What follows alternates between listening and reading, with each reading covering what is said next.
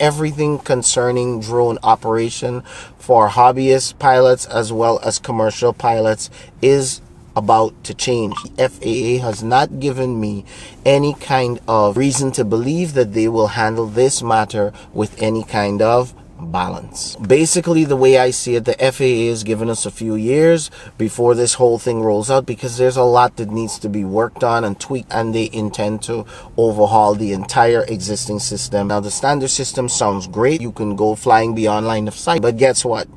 Before the FAA allows any hobbyist or 107 operator to fly beyond visual line of sight, your drone's going to have certain capabilities built in, because you're probably going to be flying over people, traffic, cars, and if one aspect fails or one part of the drone fails, there must be redundancy to kick in and continue the flight safely, or at least bring the drone to a safe place to land it without it dropping out the sky and dropping on people's heads. And so if you want to be a hobbyist, automatically your entry into the standard mode means you'll probably be buying a drone that is at least $3,000, $4,000, $5,000 just to be able to fly standard, even if you just want to fly around within line of sight and go beyond the 400 and 400 bubble, which is the next step, which is limited remote ID, which is 400 feet away and 400 feet out. So if you want to go 500 feet out, yes, you're probably going to fall into the standard mode. There's nothing between standard and limited, and that means you'll have to have a standard drone which will have all of these redundant features and crazy expensive cost. As a result, yes, there will be less and less and less hobbyists, because only the true people who really love this hobby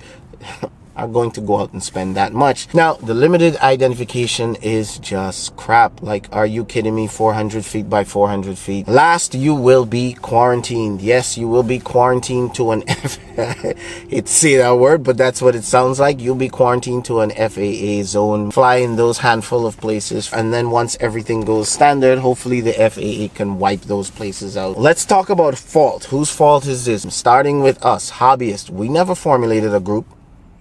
We never formulated an entity. We never formulated any kind of organization to protect us. We never did. Basically, what we did is form groups for the different types of drones you fly. You're probably in a group somewhere in Facebook or somewhere, and those groups, we help police each other and keep each other in line, and we look for anything that's out of line and we bash each other, and that helps to create a balance, right, and prevent people from going out of whack and doing super crazy stupid things. And that has been working well, and I guess we've been kind of hoping that the FAA would see that and do right by us, and wrong answer, they did not, and they will not. And now we don't have an organization, and we are basically screwed because we have no representation. So is that kind of our fault? Yes, because we left it that and trusted that to the government. So we will pay the price for our, lack of a better word, stupidity. Secondly, is this the DJI's fault? Well, guess what? When it comes to DJI, in my opinion, they have done nothing except be the nice guys. When it comes to safety, they have pioneered it, and still pretty much they get kicked in the ass. They recently released a statement saying they're pro remote ID, but not like this. Go check it out, read it. I'll leave a link in the description. They even went on further to release a video that shows that everything that the FAA is trying to implement or proposing in this new rulemaking agreement can be done for free through an app. Everything that the FAA is proposing, not DJI is proposing, the FAA is proposing in this NPRM, they're showing the FAA, look, you can get this free. Look, on this app, free. And the FAA is like, yeah, it's move from here, move from. Why? Why is the FAA doing that? Why are they pushing DJI to the side? Because guess what? DJI is a Chinese company. And we all know how the government of China operates, or at least we have some kind of idea of how they operate. And the United States of America just does not trust the Chinese government and will not task them with this responsibility. From a safety perspective, you need to have control over your national security. You can't give that to another country, because in case something happens between you and that other country, well, hello, we'll press a few buttons, undo a few things, and next thing you know, DJI is not the problem. DJI is not the problem. All they are doing is exposing this for the population, hobbyists like you and I, to see, hey, this stuff can be done for free. Why the hell is the FAA complicating this? Nobody's talking about that. You're busy going behind DJI's throat, and they're exposing posing it in front of your face and showing you that what the FAA is trying to do can be done for free with no cost to us, and we go after DJI.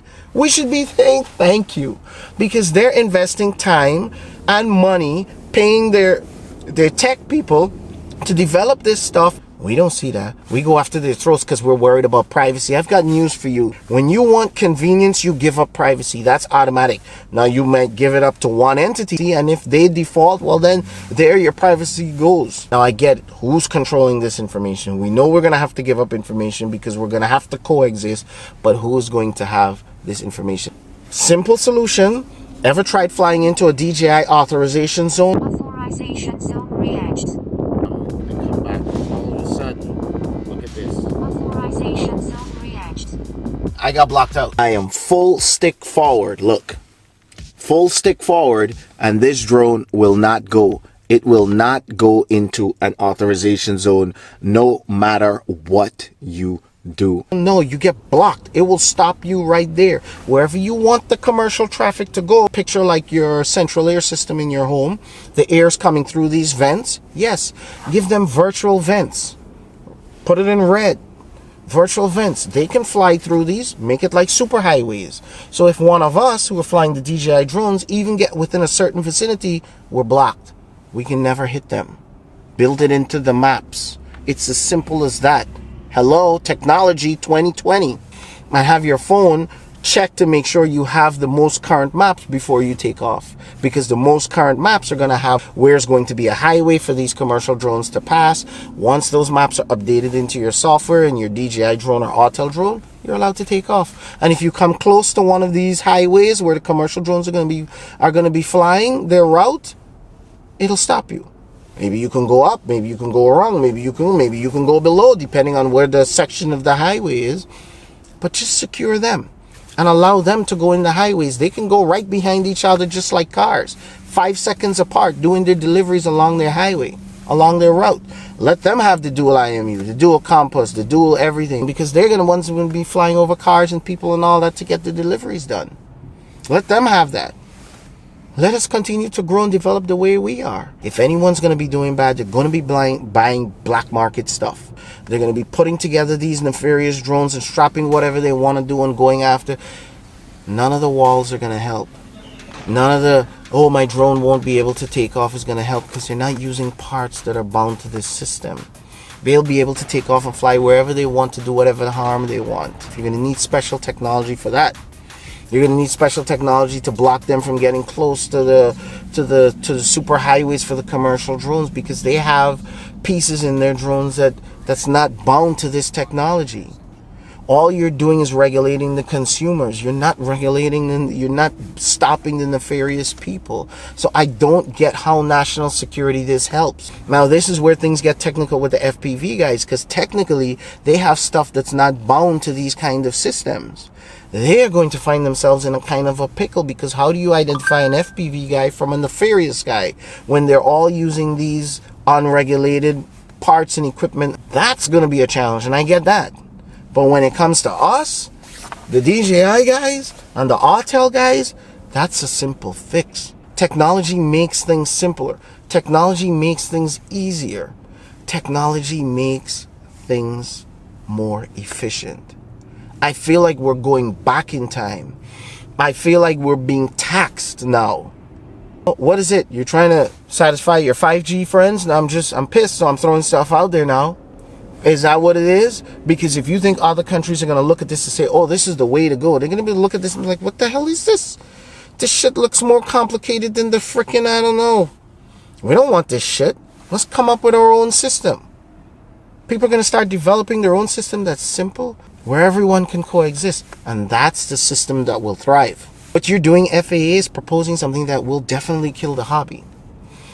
It will definitely, I can assure you, kill the hobby. You don't have all this information that you're requesting for right now. You do not have all this, and people are flying every day right now. Why is it so important to have all this information, give up all this privacy from us? You don't need that from us. We're not doing any harm. So by policing us and taxing us with all of these costs and everything, and putting extra stress on manufacturers is not helping, because we're not the ones that you need to be concerned about.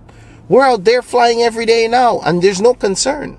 So please, FAA, I ask you to come up with something that's efficient, something that's 2020 technological and that makes sense. I'm begging you, I'm imploring you. Now, the only opportunity we have is to beg and to go and share our comments, which I'm about to do right now. And then on top of that, maybe when this thing goes to Congress, we fight and kick and scream at our local leaders and hope that they can do something about this, if it's in the best interest of their next elections or being reelected, which is probably not, because when you look at the amount of people who fly drones versus the people who don't fly drones, let's face it, it's not that many people who fly drones, and the other people really don't care. So I doubt whether that's going to help either which way, and the FAA is still going to get what it wants. I got into drones as a hobbyist. It's very therapeutic, it's very relaxing, it's very distressing, and it's fun, and I enjoy doing it, and I don't want to see it go, because there's enough space in the sky for everyone. We don't need this over-regulated, complicated, cumbersome 1989 system to be developed. Please, FAA, I am begging you to please reconsider this. Give us some time to put together an organization that will represent hobbyists, where we can come up with a system along with manufacturers that the United States of America has control over, that can help to put some kind of system in place and accountability in place. That's all I'm asking. I'm done. I'll see you guys whenever.